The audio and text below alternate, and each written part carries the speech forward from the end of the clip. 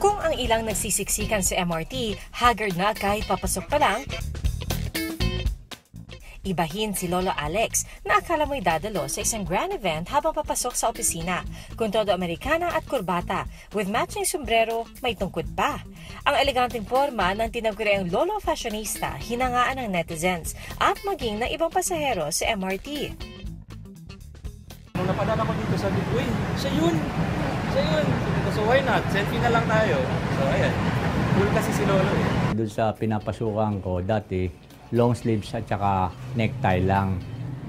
So itong mga huling 4 years, parang naisipan kong mag-iba naman ang image. No? Kasi pangarap ko nga na makilala ako bilang isang maestro or master cutter. Master cutter siya na isang patahian ng mga suit. Celebrities ang ilan lang sa mga naging kliyente niya, gaya ni Pambansang Bay, Alden Richards. Retired na ako eh. Kaya lang, ayaw akong palisin eh. Ay, dahil? Bakit daw po? Dahil kailangan po nila ako eh. Sabi ng boss ko, hanggang 90 ka.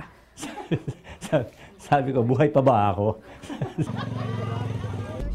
Kaya nga kahit 72 na, yakang-yaka pa rin niya ang 3 oras na biyahe araw-araw mula Pampanga hanggang Makati. Mahirap po kasi kung magmukmuk ka lang sa bahay, walang darating sa iyo eh. Kung aasa ka lang sa mga anak eh, mahirap din eh. Tsaka unang-una, ang misis ko, nagme-maintenance na. Kaya kailangan din magtrabaho hanggat kaya. Patunay si Lolo Alex na ang pagkikisabay sa uso walang binabagayang edad basta't may confidence at sarili kang estilo.